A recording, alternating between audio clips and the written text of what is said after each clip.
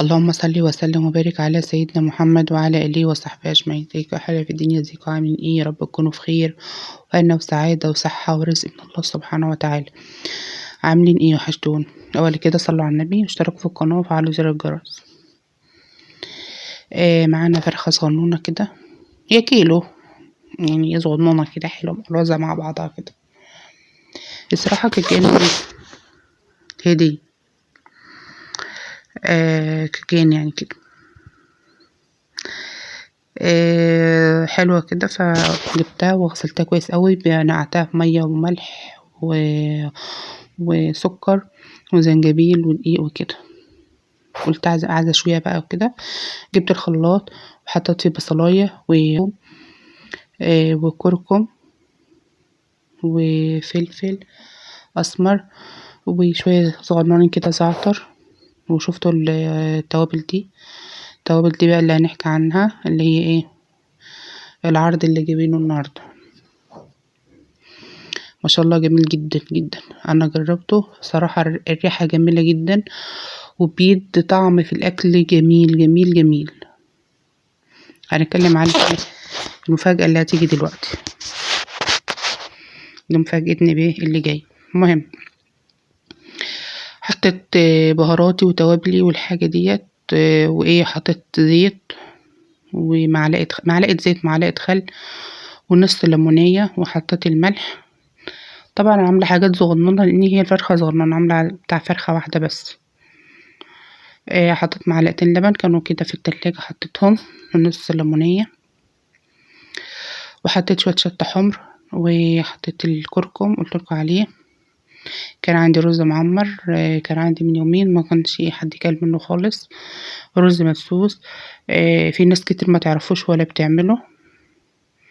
بعد ما فرمت شوية الخلطة بتاعتنا دي، نزلت بمعلقة صلصة، خلطتها كويس جدا. نزلت بقى بالفرخة، بيتها ليلة يعني، مش مستاهلة ان انا اخرم فيها وكده. دعوة حلوة للي جايبها لنا، ربنا يجبر بخاطرها يا رب وبارك لها وتفرح بأولادها ما شاء الله. دكتور ومهندس، ربنا يبارك فيهم يا رب وتفرح بيهم.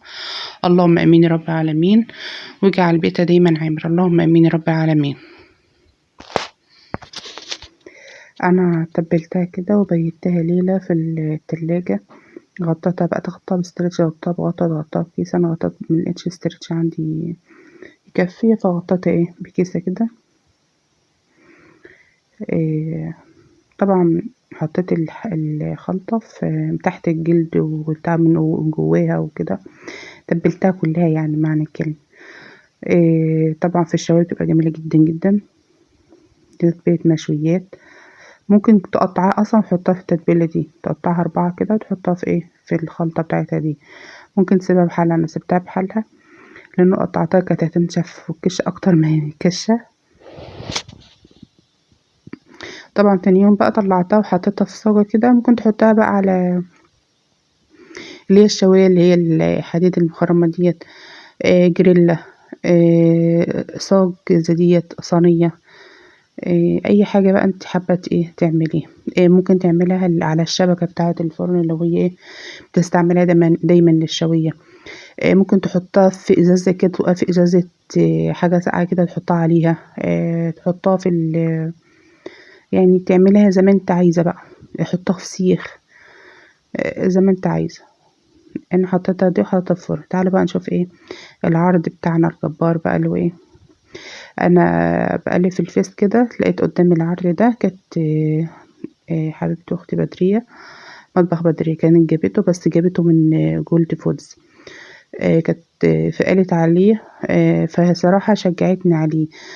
فرجيت اطلبه، قال لي ايه، مفيش غير القاهرة والجيزة بس، توصيل القاهرة والجيزة. قلت له مفيش مشكلة. فبعدها بكم يوم لقيت مصنع تاني او شركة تانية عاملة عنه، اللي هي شركة الإيمان. فطلبت ايه، 3. قلت للحاج يعني وكده. فايه، فقالت هاتلنا 1، ومرات اخويا قالت ايه هاتلي 1. فغلطة جت معاهم ايه، واحد زيادة الرابع طبعا رجعته. ده التوصيل ب30 جنيه يعني الطلب ب105. التوصيل 30 جنيه. عملنا 30، ربنا يبارك فيها الحاجة دفعت هي اللي 30 جنيه. كل واحد فينا دفع ال105 اهو. يعني الواحدة واقفة ب10 جنيه ونص.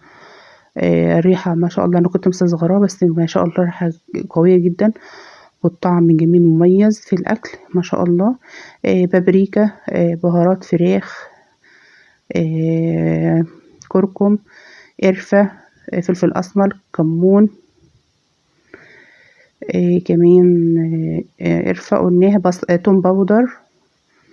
ما شاء الله ما شاء الله، جميل جدا جدا اهو. دي وكزبرة ناعمة وكاري، هم 10. وبابريكا، في حاجات مكتوب عليها وحاجات مش مكتوب عليها. البابريكا دي مكتوبة بالازرق، في حاجات مش مكتوبة اصلا. وفي اللي هو اللي انت صحية ولا نزلت على الارض، مفيش مشكلة اهو. توابل اللحمة وتوابل فراخ دي مش مكتوب عليها.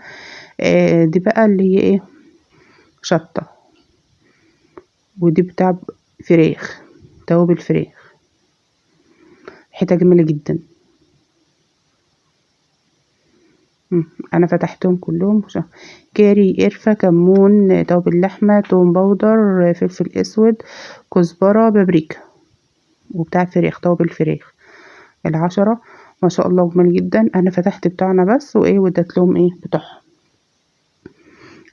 بقى انا الفرخة طلعت اهي.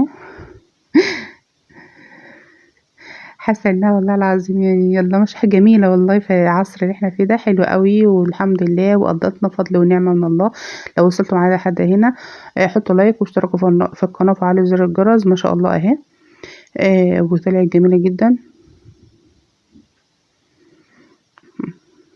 بألف هنا وشفا، وشكرا جدا جدا. ربنا يبارك فيك يا رب، ويجعلك دايما يا رب بيتك عامر. اللهم امين يا رب العالمين. طبعا هي صغيرة، يعني خدت لها يجي ساعة أو ساعة و10 دقايق طبعا، لأن كنت هي في الأول عالي وبعد كده هديت عليها. إن شاء الله تعالى اتفضلوا معانا.